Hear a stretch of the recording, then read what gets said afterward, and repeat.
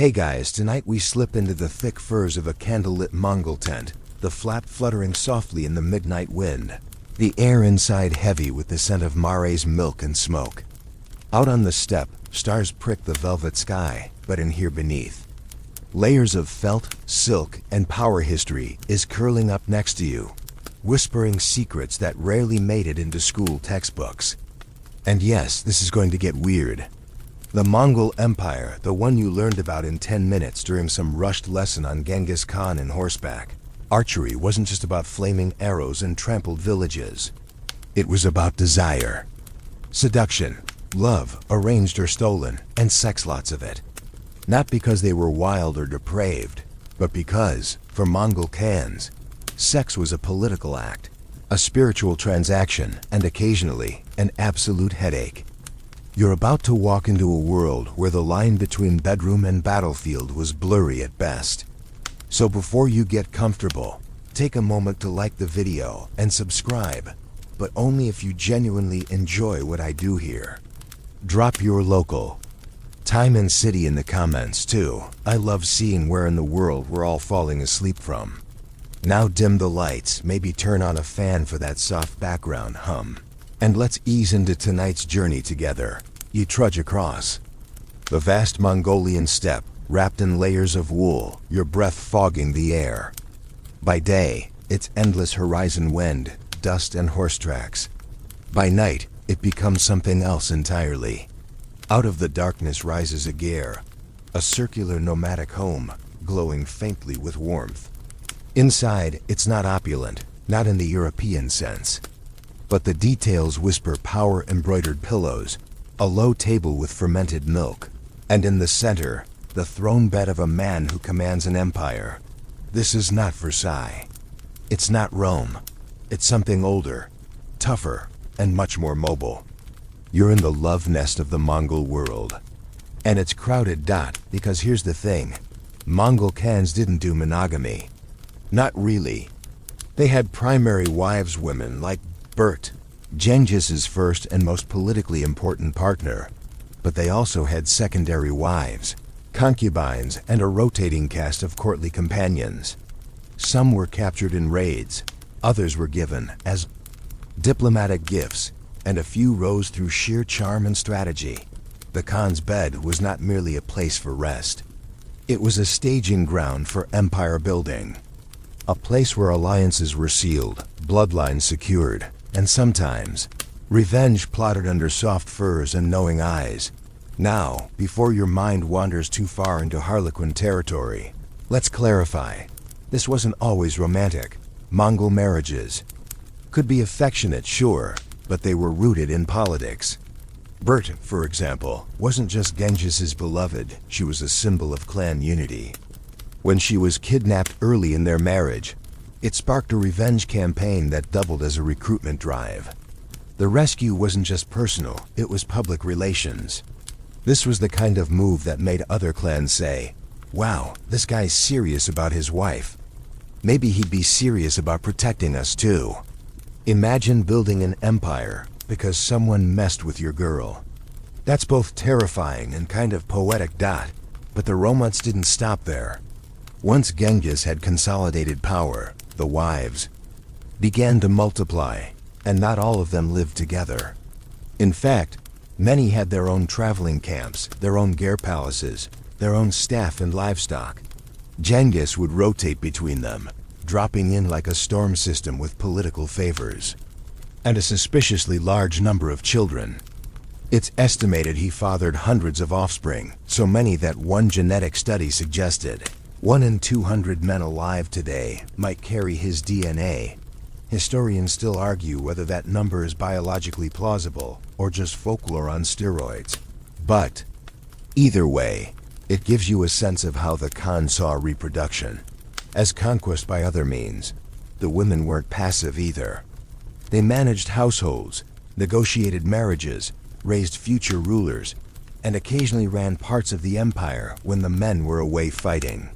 One wife, Yezigin, reportedly offered her sister as a secondary wife to Genghis to boost her own influence. A strategy so twistedly supportive, it belongs in a modern reality show. Others played long games of quiet manipulation, steering decisions with pillow talk and loyalty tests, disguised as domestic disputes. This wasn't love as we know it. It was love as infrastructure. And yes, sex was central, but not just in the way you might think. Mongol beliefs tied intimacy to vitality, energy, and even weather patterns. A Khan's sexual health could be interpreted as a barometer of the empire's fortune. If he was energetic and virile, crops might grow. If he was celibate or weak, maybe the rain would stop. It's no wonder spiritual advisors sometimes weighed in on whether a wife's aura was good for the Khan's stamina. That's right. Somewhere out there in the 13th century steppe, a shaman probably whispered, "Maybe don't sleep with that one during the eclipse." Of course, this blending of sex, politics, and spirituality led to some awkward situations, like when a wife's son became a contender for succession, and suddenly the question of who slept where and when could determine the next ruler of the known world. Mongol society was surprisingly flexible in some areas. Children from concubines could inherit titles, and female advisors were taken seriously, but bloodlines still mattered. A lot. Entire wars erupted over who had the stronger claim based on which royal mother they'd exited from. So as you curl under your blanket tonight, remember this: for the Mongol Khans, building the largest contiguous land empire in history wasn't just about archery and horses. It was also about knowing when to kneel beside a campfire next to a woman who might just shape the next 50 years of world history with a single whispered suggestion. You're lying beside the fire again, the embers pulsing like heartbeat, the air inside the gear thick with wool, smoke, and the faint trace of rose oil someone brought back from a Persian envoy. Outside, a horse snorts and shifts. Inside, the legend of Börte begins to unfold. Genghis Khan's first wife, his partner in both passion and politics. You'd expect a story like hers to end in soft domesticity, but no. Börte's life was a blueprint for surviving and thriving in a world built on horseback and blood vows. They married young. He was just a scrappy teenager named Temujin then, and though it was arranged, it wasn't cold. There are stories, whispered in old chronicles, of real affection between them, of moments stolen between raids. But affection alone didn't grant Börte her influence. Loyalty did. When she was kidnapped by the Merkits, Genghis rallied allies, not just for love but to make a statement. No one takes what belongs to him. When he rescued her, she was already pregnant. Historians still debate whether the child was his. Some say he accepted the boy without question. Others hint at darker doubts. Either way, he raised the child as his own, which tells you something about Mongol pragmatism. Legacy mattered more than certainty. Börte went on to bear 4 sons, all of whom became key players in the empire's expansion. She remained Genghis's senior wife, and this wasn't just ceremonial. Senior wives had their own camps, their own wealth, their own mini-kingdoms within the roving empire. While Genghis added wife after wife, Yisugen and her sister Yisui, Kulin the Tatar bride, and more whose names history barely preserved, none eclipsed Börte. In a strange way, each new marriage was both a conquest and a concession. Take Kulin, gifted to Genghis after a victorious campaign. She wasn't just a prize, she was a political alliance wearing perfume. And yet, even she had her own encampment, her own stewards, her own roles to play. The Khan didn't pile his women into one grand palace like a sultan. He dispersed them across the empire like stars around the sun, rotating between them with strategic regularity, fathering dozens, maybe hundreds of children in the process. This rotational system sounds exhausting until you realize it was administrative genius. Each wife effectively ran a node of the empire while the Khan galloped off to war. Think of them as CEOs of satellite capitals. While Genghis was busy inventing psychological warfare and the postal system, Börte and her peers were managing livestock, training heirs, and probably putting out fires like Little Ogade set the yak barn on fire again. And they weren't passive. Some wives gave counsel on military campaigns. Others negotiated prisoner exchanges. Yesui, for instance, once cared for Genghis through a serious illness, effectively becoming the empire's most powerful nurse. But let's not get too misty-eyed. This wasn't a feminist utopia. These women were still subject to the politics of reproduction. Their influence rose and fell with the sons they bore. Those who produced healthy boys. Power. Those who didn't. Obscurity, or worse. A Mongol woman's fate could swing wildly from beloved consort to ghostly exile, depending on her fertility and the mood of a Khan whose calendar included both war councils and, let's be honest, a rather aggressive intimacy schedule. That's not a euphemism. There are accounts mostly from terrified foreign visitors, suggesting Mongol leaders maintained elaborate bedroom routines, involving ceremonial drinks, scented oils, and even spiritual consultations. Sex was not merely desire, it was duty. And for Genghis, it became legacy management. He wasn't just making love, he was making lieutenants.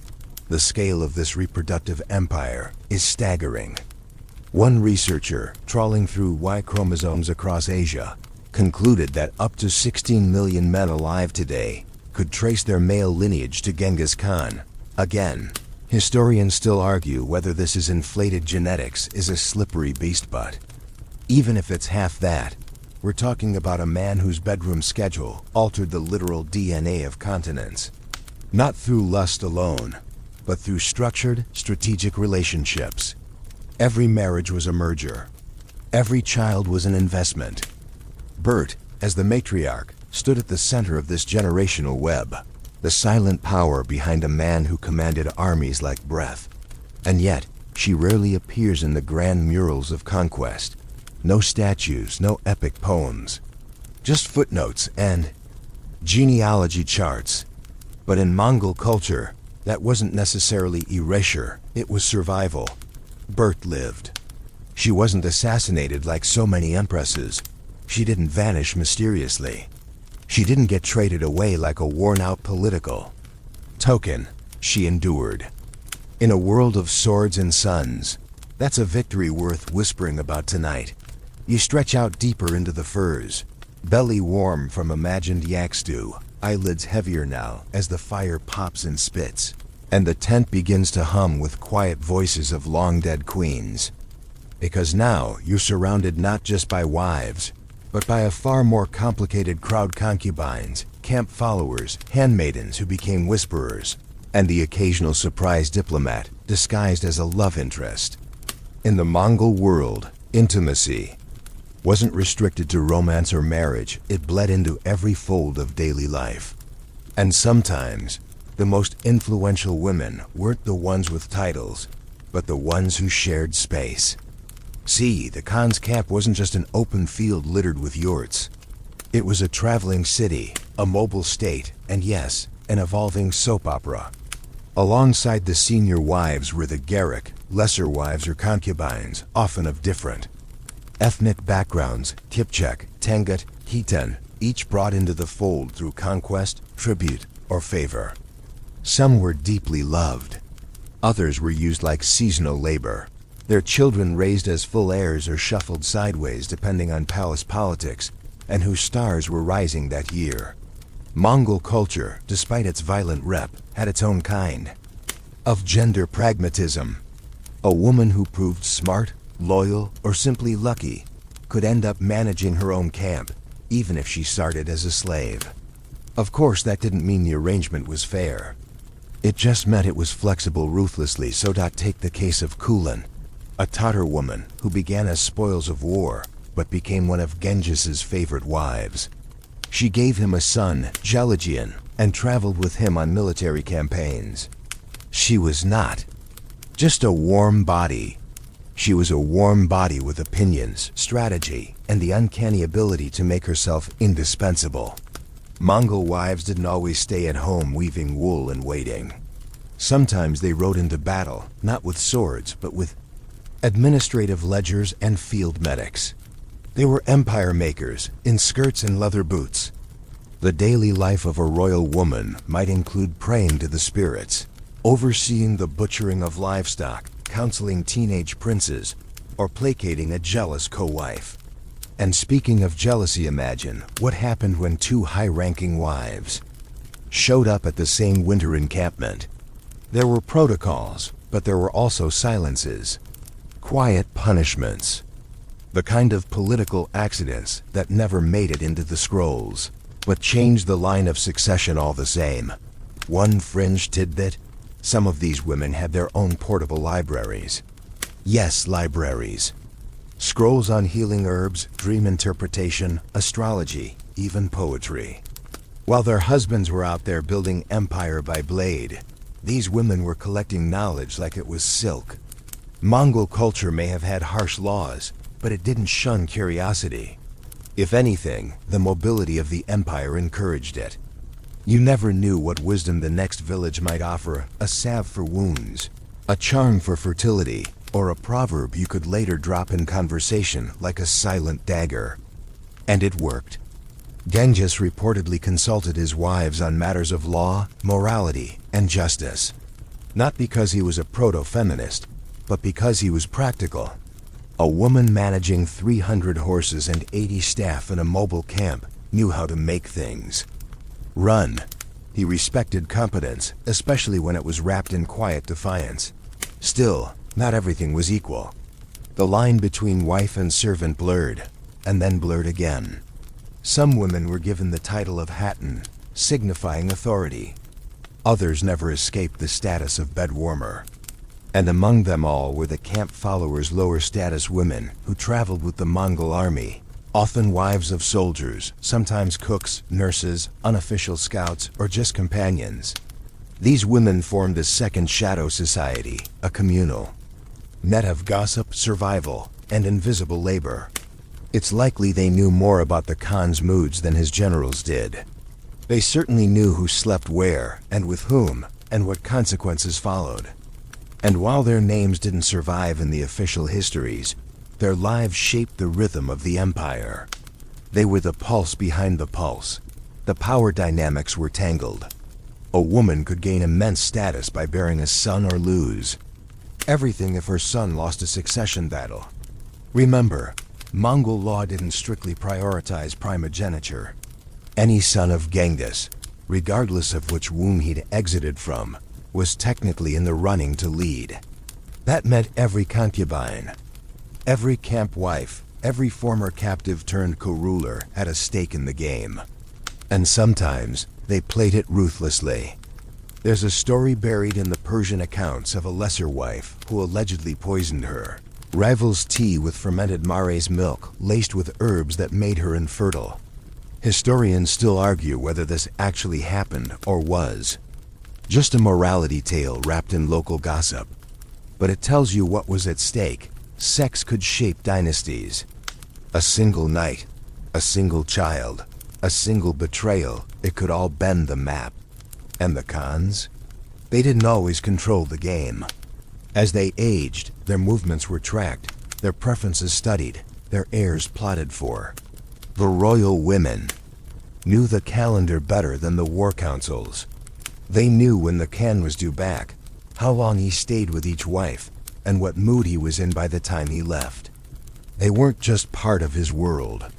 They ran it, quietly, invisibly, relentlessly. And tonight they let you in. You blink into the dim light of another cold Mongol morning, but before your breath even fogs the air, you hear the clinking of earrings, the swish of silk over leather, and the low hum of a song you don't recognize, something half lullaby, half spell. You're not alone in the tent anymore. A woman steps past you, tall, calm, draped in pelts and confidence. Her smile is faint, but her eyes are calculating. She pours fermented mare's milk into a carved horn, hands it to you with a tilt of her chin, and says nothing. This is not a love story. This is a game of seduction, but the rules are older than memory. You've just entered the world of Mongol courtship, a theater of gestures. Glances and well-timed gifts where love is secondary, desire is diplomatic, and sex is practically ceremonial. How do you woo a man who's already got half the continent? And 36 wives? You don't bat your eyes. You don't simper. You offer something better: usefulness, mystery, and just enough resistance to make the chase look noble. Mongol romance wasn't about flowers or poetry. It was about proving you could survive in a world where winters bit like wolves. A well-spoken insult, a perfectly carved bow, or a strategic alliance through your father. That's how you got noticed. And if you wanted to keep the Khan's attention, well, then came the aphrodisiacs, some made of herbs, others made of performance. There's a curious old account from the erotic spirit through history, suggesting that one Mongol noblewoman, famous for her longevity in the Khan's bed rotation, had a secret mix of yak fat, mint leaves, and powdered pearl she applied behind her ears. Did it work? Hard to say. But when Genghis kept visiting her camp longer than anyone else's that winter, tongues wagged. What's certain is that Mongols had no shame about pleasure. They didn't view intimacy as dirty or hidden. It was a daily act, sometimes a private ritual, other times a political necessity. And yes, they had their own version of pillow talk. Except here, it might include updates on tax collection or veiled suggestions about who should be demoted. This blend of sensuality and strategy made even the smallest gestures charged. A glance across the campfire could shift alliances. A missed visit to a favored wife's tent, that might signal war. Literally. Now, if you're imagining stiff ceremonies, forget it. Mongol courtship could also be shockingly blunt. There's a story again. Historians bicker over the truth of a Mongol general who declared his intentions to marry a powerful widow by stealing her horse mid-gallop, then returning it with a bundle of silver and a new saddle. She agreed. Was it romantic? Not exactly, but it was efficient. And that's a recurring theme. Even sex itself was pragmatic. Not devoid of affection, but rarely burdened by emotional fireworks. Pleasure mattered, but legacy mattered more. And then there's the mare's milk. Fermented, thick, sour on the tongue, and legendary for its energizing effect. Mongols believed it heightened vitality, stamina, and yes, passion. Think of it as the original Mongol Red Bull, shaken in a leather pouch as you rode. Whether it actually enhanced bedroom performance is unclear, but it certainly became part of the courtship toolkit. Sharing a drink was an intimate act, a soft promise in a world of hard decisions. Here's a quirkier detail. Some women used scent. Trails, yes, literal trails of crushed flowers or herbs left outside their tents to lure the Khan. Lavender from distant valleys, crushed juniper, even dried horse dung mixed with rose petals, because to Mongol men, the scent of horse and home was oddly comforting. It wasn't about smelling good in the modern sense. It was about reminding the Khan where his heart, or at least his horse, belonged. And sometimes, seduction wasn't sensual at all.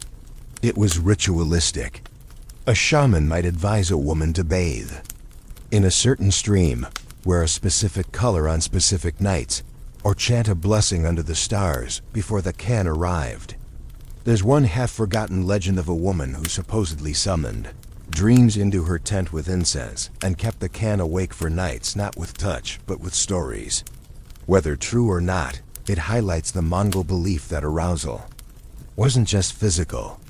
It was spiritual, intellectual, energetic, and if you could combine all three, you were more than a lover, you were a force. Yet even with all these techniques, the power remained fragile.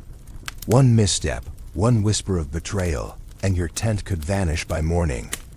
Women were watched as closely as generals.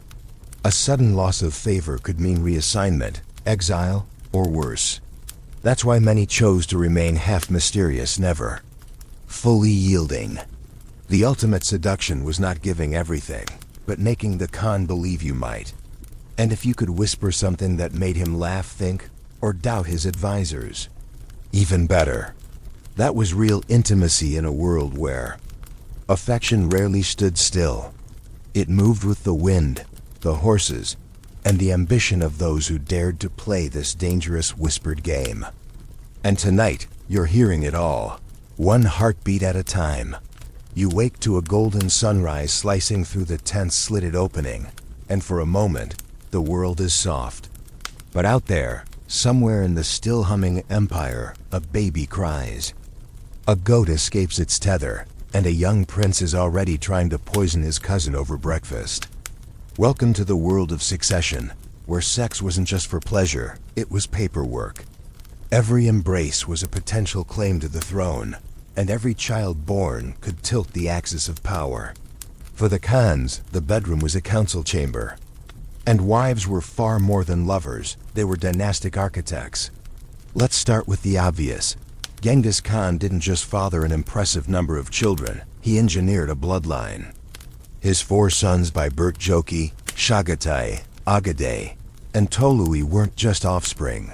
They were future managers of an empire stretching from Korea to the Caspian Sea. But here's where things got spicy. Joki, the eldest, was born shortly after Börte's kidnapping and return. Was he Genghis' son? Most sources say yes. But rumors never died, and whispers of illegitimacy followed Joki like a shadow. Chagatai, his brother, never let it go, and their tension would echo across generations. Historians still argue whether Joki's uncertain paternity was the reason. Genghis skipped over him in favor of Agaday for imperial succession. That single decision may have altered the political weather of Asia. And then there's the quiet chaos of the mistresses. Women who bore sons but lacked the title of primary wife. Their children could still claim leadership roles, depending on how charming or brutal they became in adulthood. Tolui, for example, was born to Börte but married a woman named Sargatani. Beki, who would go on to become one of the most respected female power brokers in Mongol history. She raised sons who ruled both Persia and China, and she did it with a blend of Buddhist diplomacy, silent networking, and probably the patience of a saint surrounded by hormonal teenagers with swords. Meanwhile, lesser sons of concubines fought for scraps of recognition, some rising through sheer brilliance, others by executing their cousins. That's not hyperbole. The Mongol inheritance system wasn't exactly stable. It wasn't rigid either. It was more like fluid danger. Like someone balancing a crown on a bowl of yogurt during an earthquake. This constant tension turned every woman in the Khan's life into either a potential queen mother or a looming threat. Which is why many royal mothers became obsessively invested in their sons' fates. One misstep, one drunken insult, one battle lost, and their family line could vanish like a camp struck before dawn. But it wasn't all cloak and dagger. There were real love stories threaded through the empire's veins. Genghis is said to have favored Kulan deeply, visiting her more often than others, and trusting her with matters few other women were privy to. She bore him sons, yes, but also bore some of his secrets. A note scribbled in an old Persian chronicle suggests she once intervened to stop a massacre in a conquered city, using her influence not to demand gifts or praise, but mercy. Whether it's fact or myth, it shows how love, even strategic love, could ripple out into politics. And sometimes it didn't go well. There's a brutal little story about one of Genghis's grandsons who executed a concubine after she mocked his archery. The arrow missed a deer, she laughed, he lost face, and that was that. It's a grim reminder. Affection in this world could sour quickly. A woman's charm might buy her safety one day and doom her the next. That volatility shaped how royal women raised their sons. They didn't just teach them to ride and rule. They taught them how to navigate the family minefield with a smile. Soft skills were survival skills. One mother, seeing her son threatened by a rival prince, allegedly dressed him as a servant and smuggled him out of the camp during a feast. He returned years later with an army. You know, just normal family dynamics. And the Khans themselves? They aged, they tired, but they rarely stopped. Genghis was still fathering children well into his 60s, traveling from wife to wife like a diplomat with benefits. Each stop reinforced old alliances or mended new rifts. Each child born carried the potential for both peace and civil war.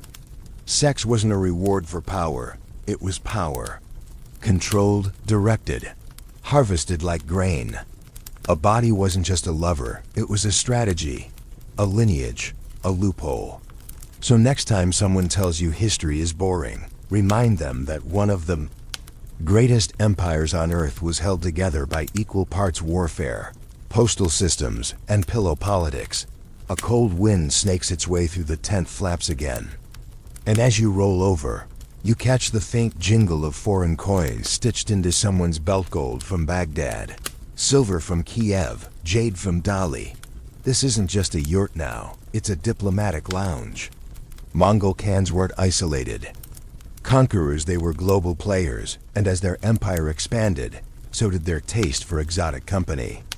When the Mongols swept through Asia and Eastern Europe, they didn't just loot cities, they courted queens, wooed noblewomen, and made alliances with a kind of sensual pragmatism that would make modern foreign ministers blush. Love and war weren't opposites. They were two sides of the same marriage contract. And sometimes, a wedding was the treaty. Picture it. A Mongol envoy arrives in Constantinople. He's dusty, tired, probably still bleeding from an arrow wound or two. And yet he carries silk letters sealed with imperial horsehair, requesting no, politely suggesting a marriage with a Byzantine princess. Not for love, for leverage. The reply? Often complicated. In one recorded instance, a Georgian noblewoman sent to marry a Mongol prince simply never showed up. Some say she fled. Others say her escort was delayed by rivals who feared what that union would mean. Historians still argue whether she was a runaway bride or a political pawn sacrificed for someone else's chessboard. But the message was clear. Sex was international policy. And sometimes, international policy ran on charm, flattery, and dinner table flirting that lasted long into the night. And let's talk about those dinners. Mongol diplomacy often involved elaborate feasts. Imagine roast horse, jellied milk curds, and fermented mare's milk poured ceremonially into golden goblets, while someone recited lineage charts at full volume. And if things went well, the visiting envoys might be offered companionship for the night, not as a crude bribe, but as a gesture of hospitality. In Mongol culture, such gestures weren't scandalous, they were strategic. One well-timed night, with the right companion, could smooth over months of negotiation. That's not rumor, that's policy. And the reverse was also true. Mongol men, including Khans themselves, often found themselves enchanted by the women of the cities they conquered. There's a famous tale of Hulagu, Khan grandson of Genghis, who became deeply attached to a Nestorian Christian woman named Dokuz Khatun. She wasn't just a pretty face. She wielded real influence, helping shape the Mongol relationship with Christian states, and even protecting churches during some of the more brutal conquests. Was it love? Possibly. Was it useful? Absolutely. One chronicler noted that her prayers guided his arrows. And in Mongol terms, that was practically marriage counseling. Then there's the Persian court, a whole different flavor of intrigue. When Mongols reached Persia, they didn't just burn and ride off, they married in. A Persian princess here, a concubine there. Suddenly, Mongol leaders were eating saffron rice and commissioning love poems in Farsi. Cultural fusion by seduction. It wasn't always smooth, of course. One Persian vizier wrote that Mongol manners were direct to the point of violence, especially during courtship. Yet even he admitted they were oddly respectful once alliances were sealed. Again, the line between desire and diplomacy blurred. A kiss might carry a border agreement. A night in bed might shift a kingdom. And for some women, this gave them unusual power. While Mongol women back home were juggling goats and government, these new Consorts became cultural bridges. They translated, they advised. They sometimes even ruled in proxy when their husbands were away pillaging someone else's capital. There's a strange but fascinating record of a Chinese noblewoman married to a Mongol governor who reportedly trained her husband in local etiquette like how not to insult monks or accidentally marry your cousin twice. Her influence was so strong that when he died, local officials petitioned for her to stay in charge. She declined politely, then vanished, probably to write a memoir no one would dare publish. And let's not forget the backlash. Not everyone approved of these dalliances. One Byzantine cleric once wrote a furious letter condemning a Mongol noble for defiling a Christian widow with beastly customs. Beastly, in this case, meaning open affection and eating with one's hands. The cleric was promptly ignored, because while the rest of the world wrung its hands, the Mongols kept dancing through their neighbors' bedrooms with political precision. It wasn't personal. It was policy. And sometimes, it worked so well that rival nations found themselves allying with Mongols just to avoid romantic entanglements of the fatal variety. So as you settle deeper into your blanket, remember, diplomacy doesn't always look like a handshake. Across a table, sometimes it looks like a silk-robed stranger sharing a bowl of sour milk, whispering about trade routes while plotting a wedding 3 borders away. And in the Mongol world, that's what passed for foreplay. You're not sure what wakes you this time. Maybe it's the smell of smoke curling with something sweeter. Maybe it's the soft chanting outside the tent. Or maybe it's the eerie sense that something unseen just passed by your sleeping mat. Welcome to the part of Mongol life that history textbooks tend to skip. The one where sex, power, and the spirit world tangled like horsehair in the wind. Because here, under the endless sky, love wasn't just a feeling, it was a force. And sometimes it needed to be managed with fire, feathers, and maybe a dash of dried wolf intestine. You're now drifting into the strange space where shamanism met seduction. Mongol belief systems were deeply spiritual, blending animism with ancestor worship, and nothing in their world was entirely mundane. A sore back wasn't just from a long ride, it was bad spirits. A Khan's lack of energy in the bedroom? Also spirits. It wasn't uncommon for shamans to be consulted about intimacy issues, fertility concerns, or even which wife's tent the Khan should sleep in during a thunderstorm. This wasn't superstition, it was strategy with incense. If a woman wanted to rise in status, she didn't just dress well or flirt cleverly. She might bathe in river water during a full moon, chant ancestral blessings, or burn dried goat fat to please the spirits of her mother's clan.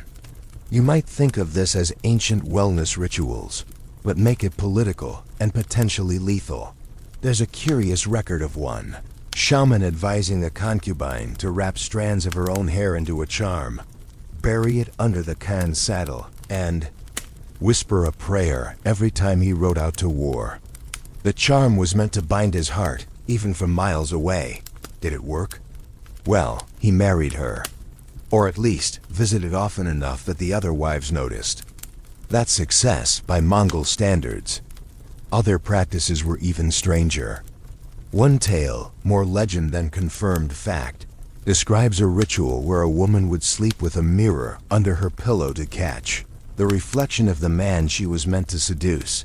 If she dreamed of fire, the seduction would work. If she dreamed of ice, she'd better stick to managing the livestock. Historians still debate how seriously these rituals were taken. Some argue they were cultural wallpaper. Others insist they played a real role in decision-making. Either way, the stories have survived, woven into the dusty corners of Persian manuscripts and Chinese court memos. That alone tells you something. And then there were the dreams. In Mongol culture, dreams weren't just night nonsense. They were messages, warnings, sometimes even verdicts.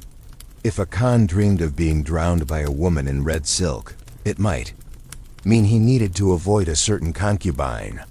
If he dreamed of flying beside a golden eagle, it could mean a proposal was coming, marriage, alliance, or betrayal disguised as a bride. You can imagine the stress. One bad nap, and suddenly you're exiling the wrong wife. No pressure. And speaking of pressure, spiritual beliefs also shaped how pregnancy and childbirth were handled. There were chants to ensure fertility, rituals for unblocking wombs, and strict taboos about who could touch a newborn. In some cases, a woman's ability to summon a vision or predict a favorable birth could elevate her status far beyond her rank. A concubine who successfully prophesied a prince's birth. Suddenly, she's not just some traveling companion, she's a mystic, an asset, maybe even untouchable. There's even one bizarre tidbit from a Song Dynasty envoy who reported seeing a Mongol woman wave a dead bird over her tent every morning to keep jealous spirits away from her belly. Was it performance? Maybe, but jealousy was a dangerous force. And you don't gamble lightly when the stakes are dynastic. The spirit world also offered a kind of justice. If a woman was wrongly accused of witchcraft, betrayal, or the classic, poisoned the soup again, a shaman might perform a ritual to reveal the truth. Sometimes this involved heated stones, sometimes the reading of bones, and sometimes it just came down to whether the fire hissed when her name was spoken. Is it logical? No, but in a world where the line between survival and ruin was paper thin, anything that gave an edge reel or imagine was worth the effort. Even if that edge involved walking barefoot in snow at midnight while chanting your grandmother's name. One of the most haunting accounts comes from a Mongol widow who, after her husband's death, performed a 7-day mourning ritual that included not just weeping but wearing his belt around her waist as a form of spiritual binding. During that week, she was considered sacred. No one could touch her, question her, or even look her in the eye. Some say she used the time to whisper instructions to her sons, reshuffling loyalties while cloaked in grief. That's not just mourning, that's political theater with incense. So tonight, as you nestle deeper into the dark folds of this ancient world, remember that love in the Mongol Empire wasn't just flesh and fire, it was spirit and smoke, ritual and risk. And somewhere out there on the steppe, a woman with a bird charm and a half-finished prayer was about to change the course of history with nothing more than a dream, a whisper, and the right man's attention. The fire is low now, just coals, glowing under a blanket of ash, but the air is thick with memory.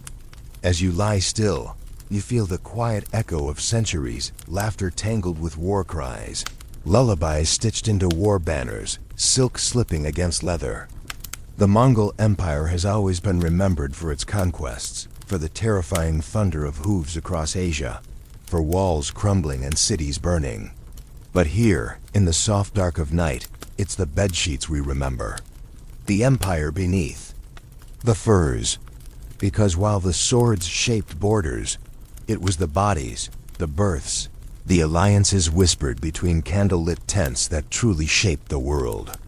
Mongol culture treated sex neither with Victorian shame nor Roman excess.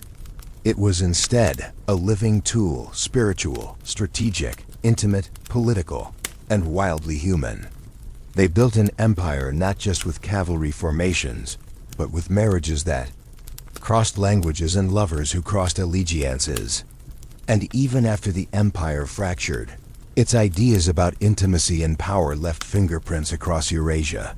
You see it in Persia, where Mongol rulers married into noble families and absorbed Persian court customs. Suddenly, poetry became part of seduction, and love letters were as important as war scrolls.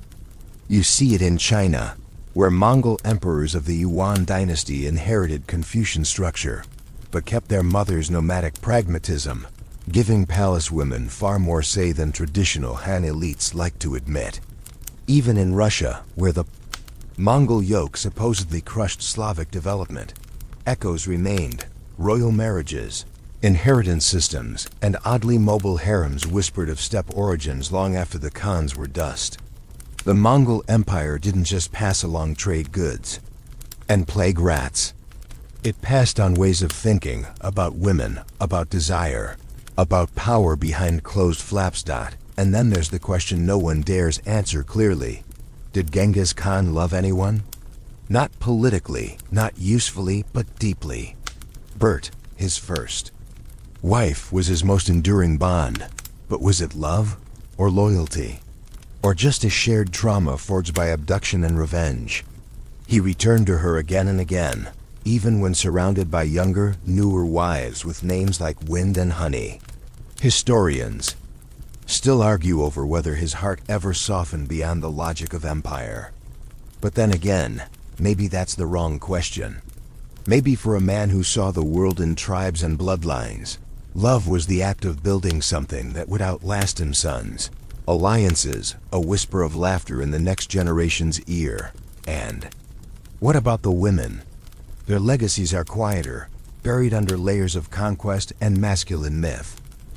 But they're there, in the royal daughters who became governors, in the grandmothers who arranged peace treaties from behind silken curtains, in the concubines whose children ruled empires, and in the rituals, the charms, the songs, the soft power plays they passed down from one smoky tent to another. A legacy of strategy disguised as seduction, of leadership swaddled in lullabies. There's something almost gentle in the way these histories end. The Mongol Empire, for all its ferocity, didn't collapse with a bang.